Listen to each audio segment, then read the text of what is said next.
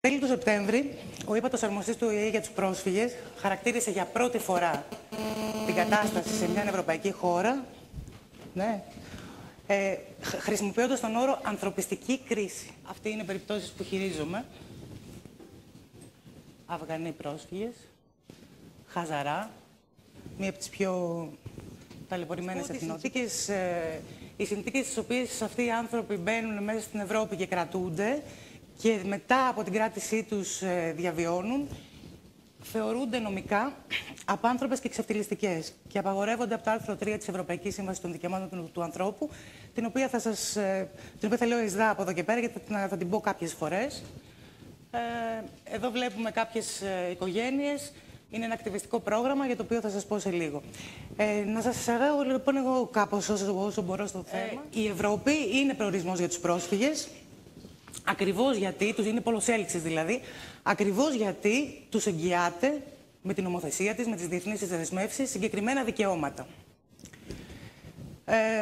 Δηλαδή, στην πράξη αυτό τι σημαίνει? Όλα τα κράτη-μέλη έχουν στην νομοθεσία τους, το προβλέπει και το διεθνές δίκαιο και το ευρωπαϊκό δίκαιο και το εθνικό δίκαιο των κρατών μελών, ότι από τη στιγμή που κάποιο πρόσωπο επικαλείται ότι είναι πρόσφυγας, μπει δηλαδή σε μια χώρα και ζητήσει άσυλο, σε μια ευρωπαϊκή χώρα, δεν είναι σε όλες τις χώρες αυτό, εμείς είμαστε ασφαλές έδαφος για αυτούς.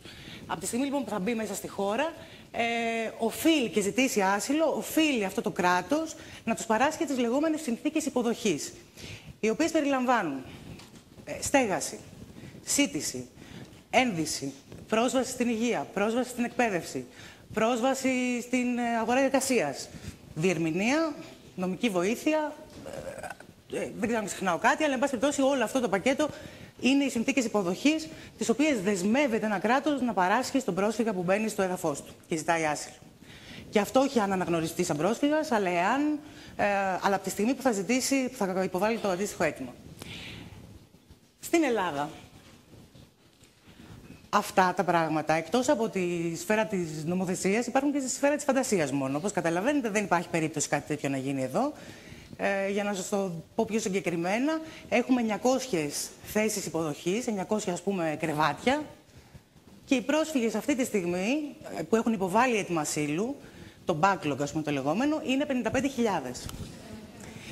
Και εκτιμάται ότι περίπου διπλάσιος αριθμός, δηλαδή άλλες 100.000 που νομίζω ότι είναι και συντηρητικός αριθμός, είναι οι άνθρωποι που έχουν μπει στη χώρα, βρίσκονται αυτή τη στιγμή ανάμεσά μας, αλλά δεν έχουν καταφέρει να αποκτήσουν πρόσβαση στη διαδικασία ασύλου, δεν έχουν καταφέρει να ζητήσουν άσυλο και διαβιώνουν σε πάρα πολύ άθλιες συνθήκες, γιατί δεν έχει ενεργοποιηθεί ούτε στα χαρτιά κανένα τους δικαίωμα, ανάμεσά μας. Και περιμένουν στην ουρά να ζητήσουν κάποια στιγμή άσυλο. Ή στην ουσία, στην πράξη, περιμένουν να διαφύγουν προς κάποια άλλη ευρωπαϊκή χώρα.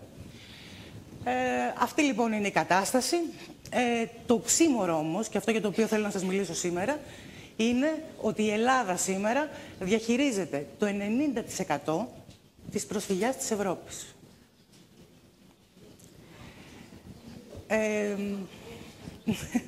Ναι, και όμως είναι έτσι. Αυτό συμβαίνει γιατί είμαστε μια φτωχή χώρα, είμαστε μια μικρή χώρα στα σύνορα κτλ. Αυτό συμβαίνει για τον εξής λόγο. Γιατί, μάλλον πριν σας πω γιατί συμβαίνει, να σας πω ότι στην Ελλάδα, κάτι που πολλοί από εσάς δεν το γνωρίζετε, τα ποσοστά απόρριψης των αιτημάτων ασύλου είναι στο 99,96%. Στην 99,96%. Στην ουσία, δηλαδή, σε τρομερή απόκληση από τις υπόλοιπες ευρωπαϊκές χώρες, έτσι. Αυτό δηλαδή στην ουσία σημαίνει ότι όχι η Ελλάδα, αλλά η Ευρώπη δεν έχει άσυλο, δεδομένου του ποσοστού, του συντριπτικού ποσοστού των προσφύγων που θέλουν την Ευρώπη, δηλαδή που επιλέγουν την Ευρώπη ως χώρο ασύλου. Έτσι. Άρα δεν έχει άσυλο η Ευρώπη αυτή τη στιγμή και το λέω ανοιχτά, δεν χρειάζεται να είναι κανείς μάγος για να το καταλάβει. Το 90% εγκλωβίζεται εδώ, όπου δεν υπάρχει άσυλο. Και επαναπροωθείται στη χώρα καταγωγής, είτε έμεσα είτε άμεσα. Αυτά είναι. Δεν θα επεκταθώ σε αυτά. Ωραία. Έχουμε λοιπόν αυτή την δύσκολη κατάσταση. Το ζήτημα είναι τι κάνουμε. Η κατάσταση δυσκολεύει λίγο ακόμα, γιατί όταν κάποιοι πρόσφυγες καταφέρνουν να διαφύγουν στην Ευρώπη, φτιάχνοντας πλαστά ή με καταγραφόμενοι κτλ., οι Ευρωπαίοι μας τους επιστρέφουν. μας τους στέλνουν πίσω με αεροπλάνα για να εξεταστεί το αίτημα ασύλου τους εδώ. Αυτό συμβαίνει γιατί υπάρχει μια ευρωπαϊκή νομοθεσία, γιατί εκτός από την Ελλάδα, που έχει που έχει τις φανερές, ας πούμε, ευθύνες, γιατί η Ελλάδα έχει τη φανερή ευθύνη για αυτό που συμβαίνει, αλλά από πίσω υπάρχουν τα άλλα ευρωπαϊκά κράτη τα οποία έχουν σαφέστατη ευθύνη και υπάρχει και σαφής επίσης ευθύνη των θεσμικών οργάνων της Ευρωπαϊκής Ένωσης. Έχει ψηφιστεί λοιπόν αυτός ο κανονισμός, ο οποίος λέγεται Δουβλίνο 2 και καθορίζει ποιο κράτος είναι αρμόδιο να εξετάσει το αίτημα ασύλου που υποβάλλεται στην Ευρώπη. Και αυτό το κράτος, σύμφωνα με τον κανονισμό, είναι το πρώτο κράτος εισόδου του πρόσφυγα στην Ευρώπη. Και πάλι, με τη σειρά του, αυτό το κράτος, λόγω της γεωγραφικής του θέσης, είναι η Ελλάδα στο 90% των περιπτώσεων. Έτσι λοιπόν έχει συμβεί και εγκλωβίζεται εδώ όλος αυτός ο όγκος των ανθρώπων, των απελπισμένων ανθρώπων. Εκ των οποίων σχεδόν κανένας δεν θέλει να παραμένει στην Ελλάδα, γιατί είναι φυσικό, δεν είναι... θα ήταν διαστροφή, ας πούμε, να ήθελε να μείνει σε αυτές τις συνθήκες. Θα σας πω μια ιστορία πρώτα, για να σας αγάγω στο κλίμα. Το νόημα δηλαδή και της δικής μου παρουσίας εδώ είναι να σας πω ότι όταν οι κυβερνήσεις δεν κάνουν κάποια πράγματα που θα έπρεπε να κάνουν, μπορούν να τα κάνουν οι πολίτες. Και αυτό είναι και το κόνσεπτ της παρουσίας μου. Πριν από 1,5-2 μήνες, περίπου, δεν είμαι πρόχειρη τώρα, ήρθαν στο γραφείο μου, όπως σας είπα, δεν τα λέω όπως τα είχα κανονίσει. Ήρθαν στο γραφείο μου η Φινλανδική Υπηρεσία Ασύλου. Είχαν έρθει στην Ελλάδα να δούνε τους χώρους κράτησης, τους χώρους υποδοχής θέλουν να δουν, αλλά ουσιαστικά εμείς έχουμε χώρους κράτησης. Συναντήθηκαν και με 2-3 φορείς και θέλουν να ενημερωθούν, ήρθαν και στην Ελληνική Δράση για τα Ανθρώπινα Δικαιώματα, που έχω την τιμή να είμαι πρόεδρος, θέλουν να ενημερωθούν στην ουσία από μένα, γιατί το νομικό τμήμα σου είμαι εγώ δυστυχώς ακόμα, μακάρι να υπήρχαν πιο πολλοί, να ενημερωθούν για την κατάσταση των προσφύγων πριν φύγουν. Και ήρθαν 18 άτομα στο γραφείο μου, εμφανώς σοκαρισμένα από την κατάσταση που συνάντησαν στην επίσκεψή τους, για το πώς μεταχειριζόμαστε εμείς τους πρόσφυγες. Και δεν το κρύβανε. Και εκεί μου συνέβη κάτι πολύ παράδοξο. Ενώ στις δημόσιες παρεμβάσεις μου είμαι πάρα πολύ καυστική, ας πούμε, θα έλεγα, σε σχέση με τα εγκλήματα που υφίστανται οι πρόσφυγες, ξαφνικά ένιωσα την ανάγκη να υπερασπιστώ την Ελλάδα. Και δηλαδή ήταν σαν να ήμουν εγώ κατηγορούμενη σε ένα διεθνές δικαστήριο. Ήξερα ότι είμαι ένοχη. Υπήρχαν όμως πολύ σοβαρά ελαφρυντικά για την περίπτωσή μου που έπρεπε να τα εκθέσω και να τα διεκδικήσω οπωσδήποτε και μεταξύ των οποίων η συνενοχή των ίδιων των κριτών μου. Οπότε, εκείνη την ώρα, λίγο θυμωμένη, επειδή λέγανε τι εγκλήματα είναι αυτά κτλ., λίγο θυμωμένη τους λέω, λοιπόν, πείτε μου πώς μπαίνουν στη Φινλανδία, στην όμορφη, στην εύπορη, στην απόλυτα οργανωμένη, στην υποδειγματική σε θέματα ασύλου Φινλανδία. Μου απαντάνε όχι πάνω από 4.500. Καλά βρε παιδιά, τους λέω, εμείς αυτούς τους αριθμούς τους έχουμε κάθε 10 μέρες. Κάθε 1 με 2 εβδομάδες εκείνη την εποχή που ήρθανε. Και βλέπετε ότι αυτοί οι άνθρωποι διαβιώνουν σε συνθήκες που απαγορεύονται από το άρθρο 3 από την Ευρωπαϊκή Σύμβαση των Δικαιωμάτων του Ανθρώπου και συγκεκριμένα το άρθρο 3, δηλαδή αυτές τις απάνθρωπες και εξευτελιστικές που όλα τα ευρωπαϊκά κράτη εγγυόμαστε ότι δεν θα συμβεί σε κανέναν στο έδαφος μας ή στη δικαιοδοσία μας. Κάτι τέτοιο. Και λέγοντάς το, παρακολούθησα και εγώ ίδια τη σκέψη μου και συνειδητοποίησα ότι η δικαιοδοσία είναι και η υπερεσβεία. Και συνεχίζω και τους λέω, τι θα κάνατε λοιπόν, εάν εγώ τους έπαιρνα όλους αυτούς από τα πάρκα που τους είδατε έτσι πως ζουν χωρίς τίποτα και τους έφερνα στις πρεσβείες, στην πρεσβεία της Φινλανδίας, που γνωρίζετε και εσείς οι ίδιοι η κρατική υπηρεσία είστε, γνωρίζετε, είδατε τι συμβαίνει, τα εγκλήματα που είπατε και σας ζητούσα, όχι άσυλο, γιατί εκεί μπορείτε να μου πείτε ότι δεν το προβλέπει η εθνική μας νομοθεσία κτλ. Σας ζητούσα να εκδώσετε μια ειδική θεώρηση εισόδου, μια βίζα για ανθρωπιστικούς λόγους που σχετίζονται με το άσυλο. Γιατί άμα δεν τους τη δώσετε, αυτοί οι άνθρωποι βγαίνοντας από την πόρτα σας θα εκτεθούν στις συνθήκες που εσείς καταδικάζετε και που όλοι μας τις καταδικάζουμε. Απλώς καμιά φορά δεν υπάρχει δυνατότητα να ανταποκριθεί κανείς. Εσείς όμως μπορείτε. Είσαστε σε θέση. Εκεί δημιουργήθηκε μια αναστάτωση Και έγινε ένα αυτό και στην κυριολεξία δηλαδή μου ψέλισε ο άνθρωπος, ο επικεφαλής τους, στο τέλος ότι τι να σας πω, δεν έχει ξαναγίνει κάτι τέτοιο. Έχει ξαναγίνει έτοιμα σύλλου σε πρεσβείες και στο στρατό και στα καράβια, στα διεθνή κτλ. Δεν έχει ξαναγίνει, αλλά τι να σας πω, δεν θα μπορούσαμε να διαχειριστούμε αυτούς τους αριθμούς. Και βέβαια, καλά θα κάνανε και δεν θα μπορούσαν να διαχειριστούν αυτούς τους αριθμούς, γιατί κανένα κράτος μόνο του δεν θα έπρεπε στην Ευρώπη να διαχειρίζεται αυτούς τους αριθμούς. Αυτό είναι ένα ευρωπαϊκό θέμα, είναι συλλογικό. Θα έπρεπε το κάθε κράτος να έχει το δικό του μερίδιο ευθύνης. Άλλωστε το διακηρύσουν και σε αυτόν τον κανονισμό λένε στην αρχή burden sharing, ο διαμερισμός των βαρών και η αλληλεγγύη μεταξύ των κρατών κτλ. Στην πράξη τίποτα. Όπως βλέπετε, επιστρέφουν πρόσφυγες πίσω παρά τις 700 τόσες προσφυγές στο Ευρωπαϊκό Δικαστήριο των Δικαιωμάτων του Ανθρώπου για αιτήσεις ασφαλιστικών μέτρων, οι οποίες έχουν γίνει δεκτές. Δηλαδή, αυτοί που είχαν να πληρώσουν ή βρήκαν τον τρόπο να πάνε στο ΕΔΑ, δεν τους επέστρεψαν. Δηλαδή, συνειδητοποίησε το δικαστήριο ότι αν του επιστρέψει κάποιος εδώ πέρα, κινδυνεύουν. Και έχει αυτόνομη ευθύνη το κάθε κράτος από τη μετακίνηση του πρόσφυγα, ότι δεν θα κινδυνέψει από τη μετακίνηση. Και παρά την έκκληση του ίδιου του Χάμαρμπεργκ, του Επιτρόπου του Συμβουλίου της Ευρώπης για τα ανθρώπινα δικαιώματα, που είπε να μην επιστρέφετε τους ανθρώπους στην Ελλάδα, να ανασταλεί αμέσως το Δουβλίνο 2 μέχρι να καταργηθεί και να βρούμε δηλαδή έναν ορθολογικό τρόπο να διαχειριστούμε αυτό το φαινόμενο. Γιατί παραβιάζονται κατάφορα τα ανθρώπινα δικαιώματα σε αυτή την περίπτωση. Παρ' όλα αυτά, τα υπόλοιπα κράτη-μέλη επιστρέφουν τους πρόσφυγες στην Ελλάδα, όπου γνωρίζουν ότι θα υποστούν τις συγκεκριμένες παραβιάσεις. Ξεκίνησε λοιπόν αυτός ο ακτιβισμός, το ίδιο κιόλας απόγευμα, να μην σας πω 5 λεπτά αφού βγήκαν από το γραφείο, άρχισα να ψάχνω να βρω την έννοια της δικαιοδοσίας. Να είμαι σίγουρη δηλαδή ότι αυτό μπορεί να γίνει. Αν είναι δικαιοδοσία και η πρεσβεία, αν μπορώ να το κάνω αυτό το πράγμα, αν μπορώ να πάω τους πρόσφυγες, γιατί ξέρετε, επειδή έρχομαι σε επαφή με τον πόνο αυτών των ανθρώπων πάρα πολύ έντονα, αυτό θα μπορούσε να είναι μια λύση. Και νομικά είναι μια λύση. Γιατί υπάρχει βάση νομική σε αυτό, σαφέστατη. Το έδαφος, όταν κάποιος είναι μέσα στην πρεσβεία, είναι στην διοικητική απλωσιά, ας πούμε, της χώρας της πρεσβείας. Ακόμα και αν δεν θεωρήσει κανείς ότι αυτό είναι τόσο έντονο ώστε να του δώσει τη βίζα που ζητάω εγώ και να τον προστατέψει μέχρι να του δώσει τη βίζα, να τον κρατήσει δηλαδή μέσα στην πρεσβεία, να μην τον βγάλει στον δρόμο τον Αθηναϊκό. Γιατί έτσι τους λέω θα είναι σαν να τον επιστρέφετε στην Ελλάδα με το αεροπλάνο. Νομικά ισοδυναμεί με αυτό. Δηλαδή τον εκθέτεται πάλι στην παραβίαση που έχουμε εγγυηθεί όλοι ότι θα αποτρέψουμε. Λοιπόν, παρ' όλα αυτά. Δεν έγινε κάτι τέτοιο δεκτό. Πήγαμε σε πάρα πολλές πρεσβείες. Δεν έχουν τελειώσει ακόμα τα αιτήματα στις πρεσβείες, αλλά είμαστε στην ευχάριστη θέση να έχουμε την πρώτη απόρριψη, την πρώτη έγγραφη απόρριψη. Οπότε πηγαίνουμε και εμείς στο Ευρωπαϊκό Δικαστήριο των Δικαιωμάτων του Ανθρώπου.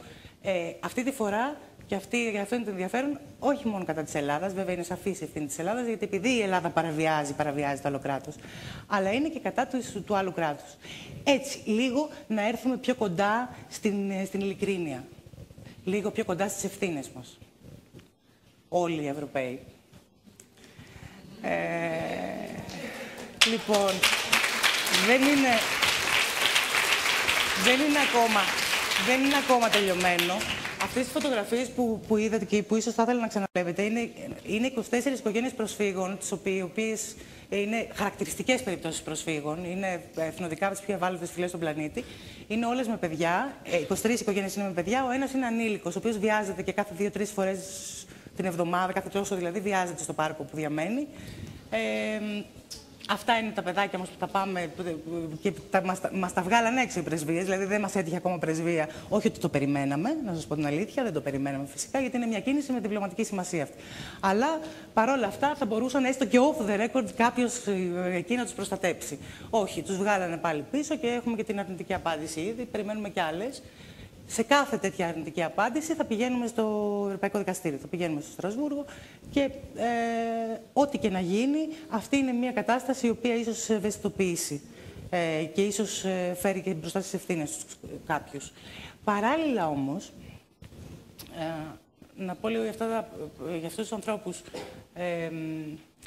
αυτές είναι όλες οι περιπτώσεις οικογενειών οι οποίες μπήκανε προς τα τέλη του καλοκαιριού, από τον Εύρο. Δεν μπορούσε να κάνει την αυτοψία του ΟΗΕ γιατί δεν ήταν αδύνατο από τη Βρώμα. Αυτοί λοιπόν οι άνθρωποι είναι με τα παιδιά τους εκεί, κρατούνται άλλοι λιγότερο, άλλοι περισσότερο. Ευτυχώς είναι λίγες ημέρες, γιατί είναι πάρα πολλοί και δεν μπορούν να τους κρατήσουν τα τμήματα. Να φανταστείτε, στον Εύρο τους έχουν τις αυλές.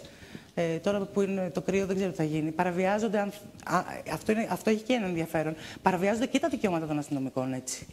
Δεν υπάρχει γιατρός. Κινδυνεύουν και οι ίδιοι. Είναι πάρα πολλοί και δεν κρατούνται σε συνθήκες. Είναι ανοιχτά. Δηλαδή, κάποια στιγμή θα τους λιντσάρουν αυτούς τους ανθρώπους. Μετακινούνται με τα ίδια ανασφαλή οχήματα που μετακινούνται και εκείνοι. Τέλος πάντων, είναι συστημικό το πρόβλημα. Δεν είναι μόνο μία ομάδα. Υποφέρει και η Ελλάδα. Γιατί για φανταστείτε τώρα αυτούς τους 450 ανθρώπους, 400 με 450 που μπαίνουν στην Αθήνα κάθε μέρα, με ένα χαρτάκι που γράφει Άγιος Παντελεήμονας και Πλατεία Αττικής, στην Αθήνα που τους χωράει ακόμα. Φανταστείτε ότι θα μπαίνανε σε μία μικρή πόλη και να γεμίζανε τους δρόμους και τις πλατείες, χωρίς. Γιατί σε όλους αυτούς δεν δίνεται δυνατότητα να ζητήσει κανείς άσυλο. Είναι φαντάσματα για την ελληνική πολιτεία. Φανταστείτε τους σε μια μικρή πόλη να κοιμούνται στα πάρκα, να μην έχουν φαγητό, να μην έχουν δουλειά, να μην έχουν κανένα δικαίωμα. Σκεφτείτε ότι όσοι μπήκαν το 2010 αντιστοιχούν στο μέγεθος του πληθυσμού του Βόλου, που είναι η πέμπτη μεγαλύτερη πόλη της Ελλάδας. Λοιπόν, αυτές είναι κάποιες από αυτές τις οικογένειες, πάρα πολύ ευάλωτοι. Κινδυνεύουν δηλαδή επειδή είναι χαζαρά, επειδή ανήκουν σε μια εθνότητα. Είναι κάτι που δεν μπορούν να αλλάξουν. Άμα το στείλουν πίσω θα τους σκοτώσουν. Ακριβώς επειδή αυτό είναι εμφανές και στα χαρακτηριστικά του προσώπου τους. Λοιπόν, εδώ είναι στο συσίτιο που περιμένουν στην Ομόνια για να φάνε. Όσοι προλαβαίνουν, πάνε από το πρωί και στο Κάριτας και τρώνε το μεσημέρι. Κάποια στιγμή, και αυτό είναι το μόνο γεύμα της ημέρας, δεν έχουν να κάνουν μπάνιο, ζουν στα πάρκα, υπάρχουν πάρα πολύ δύσκολες συνθήκες. Δεν θέλω να σας καταθλίψω παραπάνω, γιατί είναι θετικό το ότι βρέθηκε κάτι. Παράλληλα, και αυτό μπορεί να είναι ακόμα πιο δυναμικό από τις πρεσβείες, που είναι, αν θέλετε, ένα νομικό τερτύπι, που όμως έχει μια σωστή βάση και πιστεύω ότι μπορεί να έχει κάποια τύχη. Παράλληλα, έχουμε φτιάξει ένα σχέδιο, μια συγκεκριμένη πρόταση, που μπορεί να αποτελέσει η Ευρωπαϊκή Νομοθεσία. Και τι λέει αυτή η πρόταση? Τι θα συμβαίνει μόλις μπαίνει ο πρόσφυγας στην Ελλάδα? Πού θα πηγαίνει, πώς θα ζητάει το άσυλο και πώς θα προωθείται στις άλλες χώρες της Ευρώπης. Γιατί το ζήτημα δεν είναι να σταματήσουν να μας επιστρέφονται οι πρόσφυγες από την Ευρώπη. Και αυτό είναι το ευρωπαϊκό debate αυτή τη στιγμή. Αυτό προσπαθεί. Υποτίθεται ότι προσπαθούμε να πασχίζουμε, να το καταφέρουμε. Δεν σημαίνει τίποτα αυτό. Αυτοί οι 100 άνθρωποι το μήνα, ας πούμε, που επιστρέφονται, οι 10.000 που περιμένουν να επιστραφούν και δεν έχουν επιστρέφει ακόμα, δεν είναι εκεί το ζήτημα. Το ζήτημα είναι ότι στην Ελλάδα αυτή τη στιγμή δεν μπορεί κάποιος ούτε να ζητήσει άσυλο και ακόμα και να το ζητήσει, δεν μπορεί να εγγυηθεί η Ελλάδα τα δικαιώματα αυτά. Δεν είναι σε θέση να το κάνει, αν θέλετε. Οπότε θα πρέπει να το αναγνωρίσουν αυτό τα υπόλοιπα κράτη-μέλη, οι εταίροι μας, και να δουν τι θα κάνουν. Να καταλάβουν ότι το No Refuge in Greece είναι No Refuge in Europe και να θέσουν το θέμα στις σωστές του βάσεις αυτή τη φορά. Δεν μπορεί να διακηρύσεις, δεν μπορεί να έχεις νομοθεσία μόνο για τα μάτια. Πρέπει να την εφαρμόζεις την νομοθεσία. Αλλιώς, εάν το θέλουν, θα πρέπει να αποφασίσουν να αναστείλουν την ισχύ των διεθνών συμβάσεων, οι οποίες όλες όμως σχετίζονται με το image του κράτους δικαίου, να τις αναστείλουν και να πούν ότι δεν δεχόμαστε πρόσφυγες στην Ευρώπη. Όχι η Ελλάδα βρωμάει. Η Ευρώπη δεν είναι χώρος ασύλου πια, να πούνε. Να το πούνε. Ότι δεν είναι, δεν είναι. Το ζήτημα είναι ότι πρέπει να το πούνε. Ή αλλιώς να αναλάβουν τις ευθύνες τους, κάτι το οποίο μπορούν να κάνουν και σχετικά εύκολα. Είναι θέμα, χρειάζεται πολιτική βούληση βέβαια.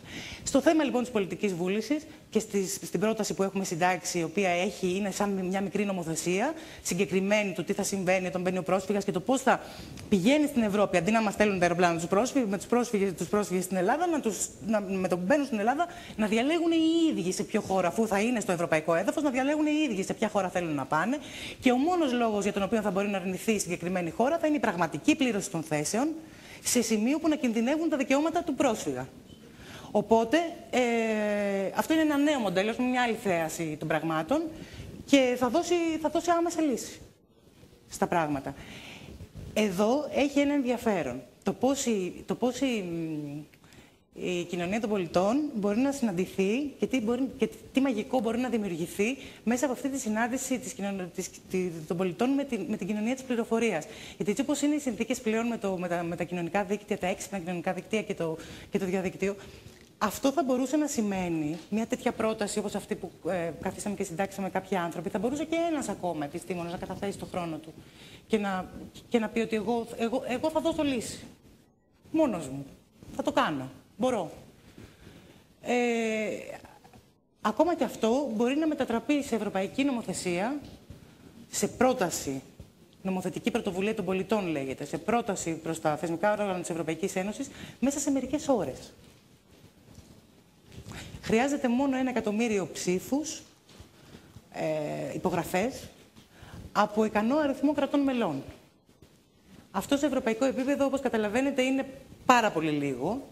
Και εκεί μπορείς έγκυρα να πάρεις αυτό που έχεις φτιάξει και να το δώσεις στα θεσμικά όργανα και να τους πεις ορίστε και να τους αναγκάσεις να το εξετάσουν. Αυτό λοιπόν υφίσταται παράλληλα με την ακτιβιστική αυτή κίνηση. Τέλος χρόνου, επειδή τελειώνω, θα ήθελα να σας πω ότι ίσως με αυτόν τον τρόπο, ενεργοποιούμενος ο καθένας μας, κατορθώσει να δει στην πράξη την Ευρωπαϊκή Ένωση όχι μόνο σαν νομισματική ένωση και κάτι που μας έχουν επιβάλει, αλλά σαν μια Ευρώπη των πολιτών. Δηλαδή, σαν ένα χώρο που πραγματικά θέλουμε όλοι να τον βλέπουμε όπως διακηρύσσεται. Ένα χώρο ασφάλειας, ειρήνης, δικαιοσύνης και ίσως και κοινού οράματος. Δηλαδή, αν ενεργοποιηθεί ο καθένας από εμάς και το πάρει προσωπικά, μπορεί να δει κοινούς στόχους να εκπληρώνονται. Και αυτό που σας καταθέτω το πιστεύω. Να είστε καλά, σας ευχαριστώ.